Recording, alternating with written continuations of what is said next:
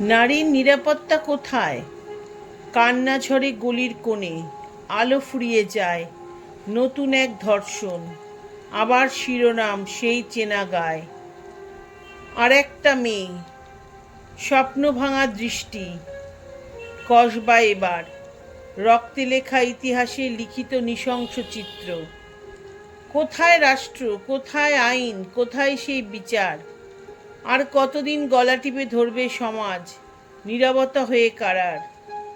আর কত মা সন্তান হারাবে, লাশ শনাক্ত করবে ঠোঁট কামড়ে? আরজি কর, তারপর কসবা, হৃদয়টা ফেটে যায়, চোখে জল নামছে চুপিসারে। নারীর শরীর কেন শিকারের মাঠ?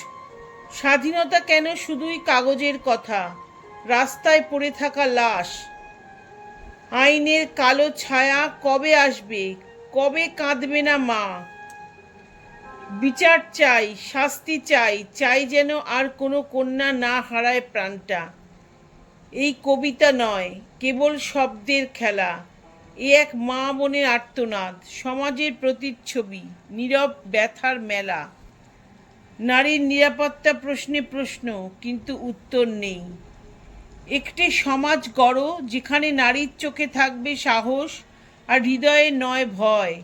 যদি তোমার বুকেও কেঁপে ওঠে এই কথা, তবে কণ্ঠ দাও, থেমো না, রুখে দাঁড়াও প্রথা।